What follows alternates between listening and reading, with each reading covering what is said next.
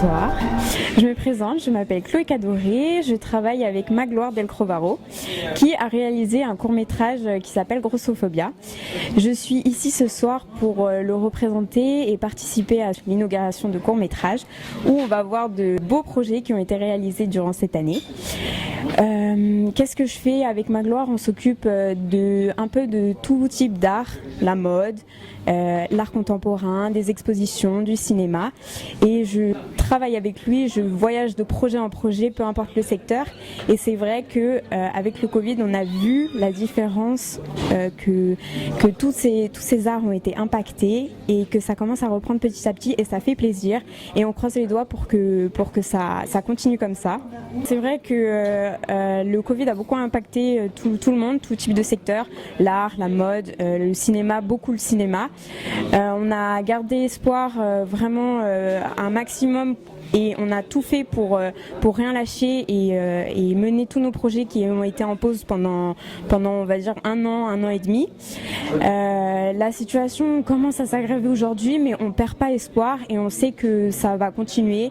On croise les doigts et on met tous nos projets en place pour que ça soit réalisable au plus vite et profitable pour tout le monde. Pour promouvoir un maximum les réseaux sociaux, que ce soit Facebook, Instagram, il faut toucher un maximum de monde, impacter un maximum de monde et faire un maximum d'événements pour que ça soit visible pour tous et surtout le promouvoir un maximum dans tout le pays, peu importe les villes, faire des événements pour que ça soit vu et que ça a un impact réel pour tout le monde. Et je pense que c'est un des points clés aujourd'hui, les réseaux sociaux. Bonne soirée à vous et ça a été un plaisir de faire cette interview. Merci beaucoup, bonne soirée. Merci à vous. Merci. Salut, je suis Ali Chou, je suis une jeune actrice en devenir et ça me fait super plaisir d'être sur la Péniche Cinéma. C'est un lieu de rencontre, ça a été organisé cette soirée par l'association Faisceau Convergent. Et voilà, il y a des réalisateurs, des comédiens, c'est vraiment une bonne expérience, un bon partage. Je suis très content d'être ici.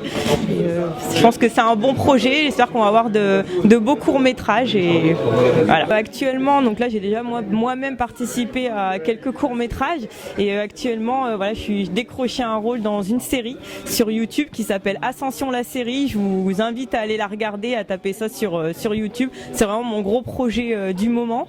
J'ai aussi un petit court-métrage qui s'appelle Le destin de trois frères, réalisé par Enzi également. C'est vraiment mes projets en cours, mon actualité et on espère d'autres en devenir. Vous pouvez me retrouver sur mes réseaux Instagram, c'est alichou.officiel et voilà, et on place à la projection du coup de Cinéma Péniche. Merci beaucoup, merci. Alors mon nom c'est Serge Delille et sur internet, surtout sur Facebook, on m'appelle le Petit Prince Hadi. Et donc parce que je mets sur mon Facebook plein d'anecdotes imaginaires en me mettant à la place d'un petit prince qui est métis et qui s'inspire du Petit Prince de Saint-Exupéry, tout simplement. Et je suis là sur un moyen métrage qui pour l'instant est en stand-by parce que à cause du Covid. Et là bientôt, je pense d'ici 15 jours, je vais commencer un court métrage qui sera comme un conte de Noël et qui va raconter une histoire vraie qui m'est arrivée.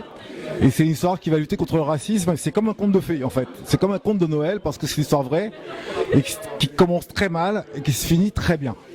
D'accord. Et quelles sont selon toi les raisons qui font que le cinéma, que ce soit en court ou en long métrage, antillais, africains, ne sont pas très visibles, surtout en France? Pour moi, la première raison, c'est le copinage en fait.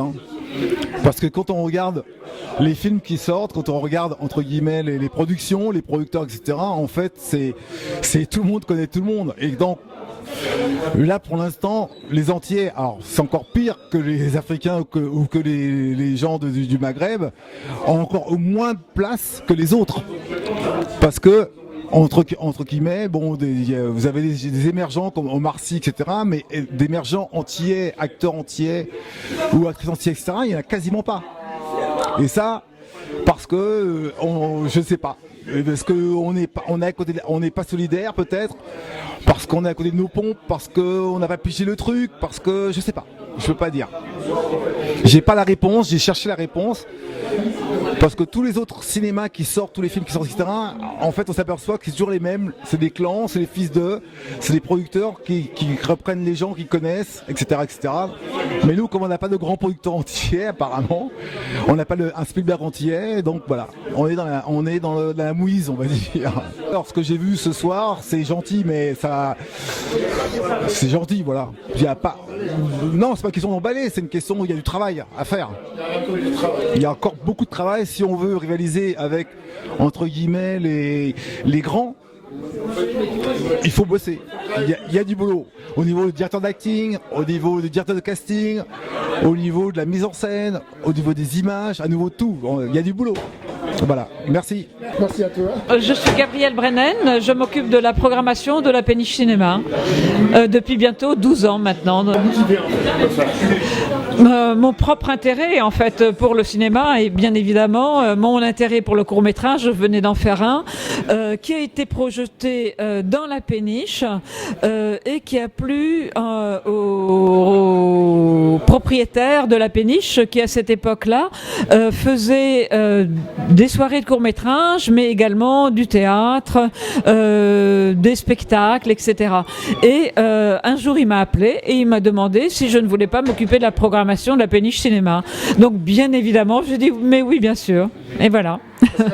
J'ai fait un court-métrage, mais après avoir participé moi-même à des cours donnés par la Guilde des scénaristes en fait. Hein.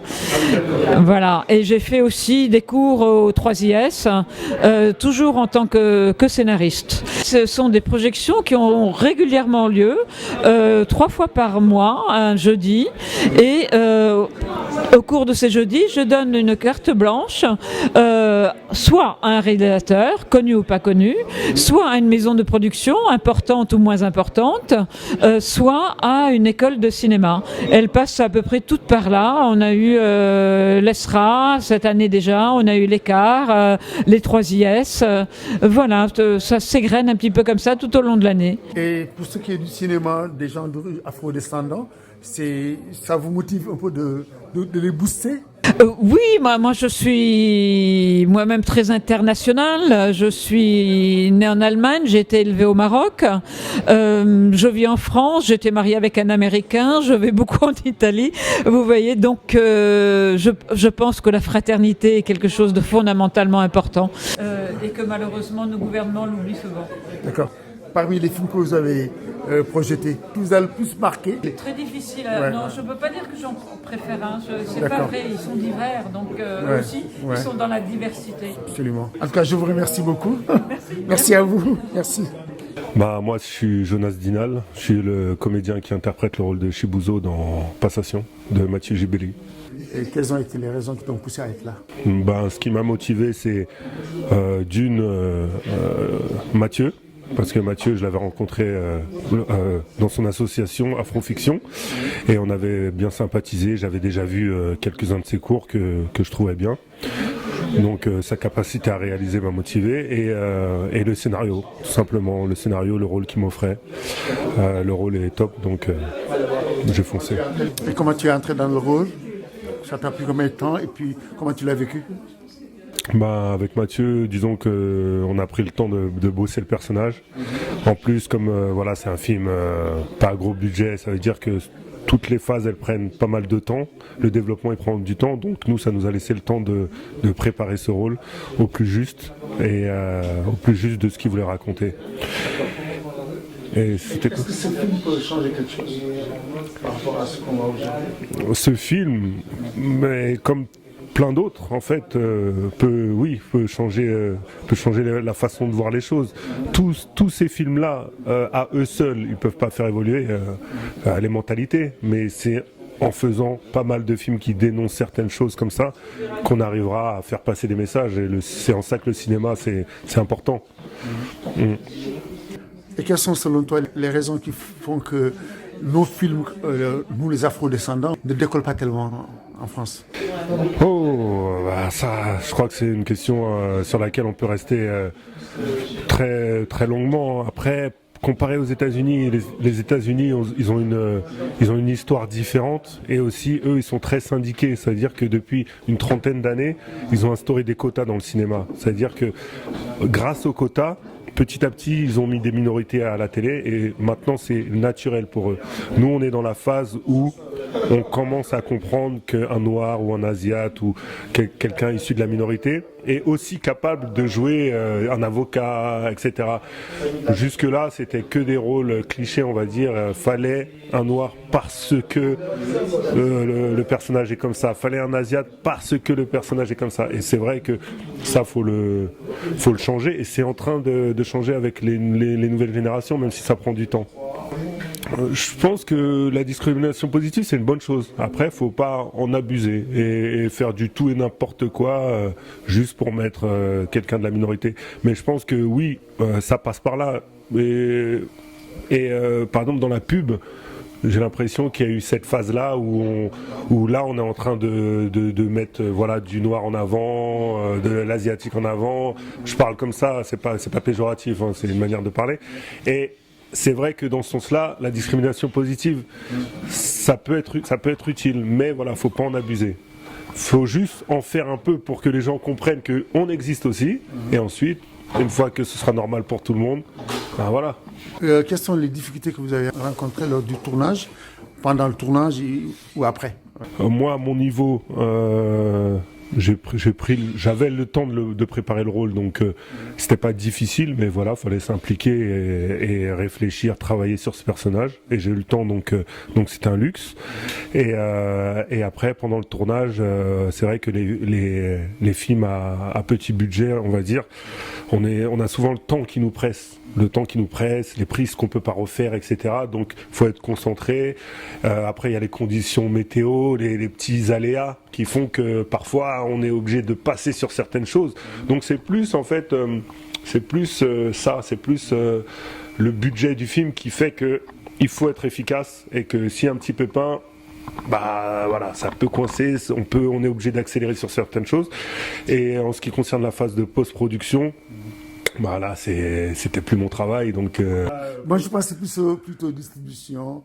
Je pensais à la vue du film, en fait. Ah, voilà, bah la vie du film. Du coup, pour l'instant, comme il y a eu le Covid qui est arrivé, voilà, les festivals ne font que commencer. Donc, on n'a pas encore accompagné le film en festival. Il est allé à Montréal, mais il n'y avait que le réalisateur qui est allé. Mais moi, je suis prêt à accompagner ce film parce que voilà, c'est un beau film qui a une bonne morale, donc je suis prêt à accompagner Mathieu partout où il faudra le défendre. Très bien. Et pour finir, pour parler un peu de ton actualité. Mon actualité, j'étais récemment à l'affiche du film La Troisième Guerre de Giovanni Aloy, qui était à la Mostra de Venise l'année dernière.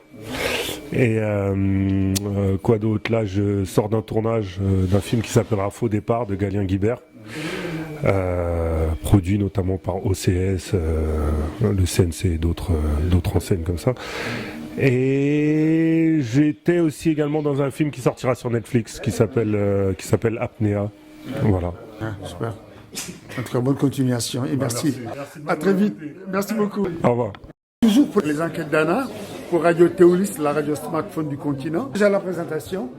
Bonsoir les amis, Olivier Rapinier, président de l'association Faisceau Convergent, mais également organisateur du festival Les Couleurs du Cours. Les Couleurs du Cours, c'est quoi? C'est un festival sur 3 thèmes, la diversité plurielle, les LGBT et le handicap, sur des productions minimum 3 minutes, maximum 20 minutes, et bien évidemment sur des productions autoproduites. Alors ce soir, c'est déroulé à la Péniche du cinéma et je remercie énormément Gabriel Brennan de nous avoir reçus. C'est déroulé tout simplement une soirée autour de courts-métrages. Donc Passation, La Dot, Noël Volé, Mamalova, Les Proverbes créoles, et 2 clips du collectif Oxymore Turt. Voilà, Oxymore Turt. Alors si je suis là, c'était bien évidemment pour présenter avec le magnifique public et les questions pertinentes le travail de tous ces réalisateurs et ces réalisatrices, avec une grande diversité en matière de réalisation. D'accord. Olivier, d'après vous, pourquoi pourquoi les films anti-africains ont du mal à se faire un chemin aujourd'hui en France? Alors les raisons, elles sont très simples. Il suffit de se pencher au niveau du CNC, puis vous allez avoir les bonnes réponses ou des réponses détournées. Et c'est la raison pour laquelle je remercie énormément Basile Ngueg pour le Festival panafricain de Cannes, mais également Bernard Djatang pour le Festival Afrofiction à Toulouse, qui a lieu chaque année également.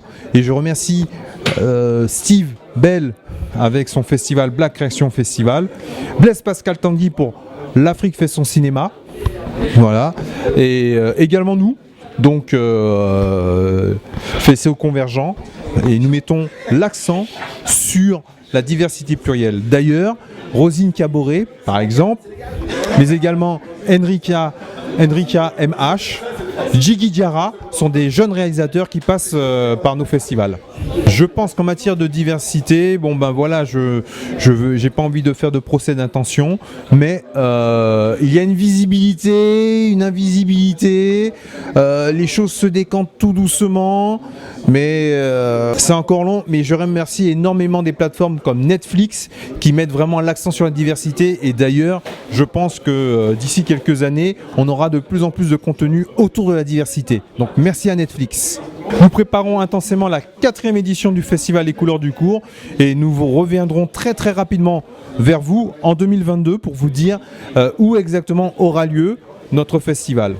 Merci beaucoup, donc un grand bonjour à tous les organisateurs de festivals autour de la diversité. Moi je leur tire mon chapeau, il faut que nous continuions dans ce sens, puisque c'est grâce à vous que nos auteurs, nos réalisateurs, nos comédiens, nos scénaristes, ils existent. Donc poursuivons à faire nos festivals, et c'est comme ça qu'on donnera une plus grande visibilité sur tous ces auteurs. Merci. Salut, au revoir. Merci beaucoup.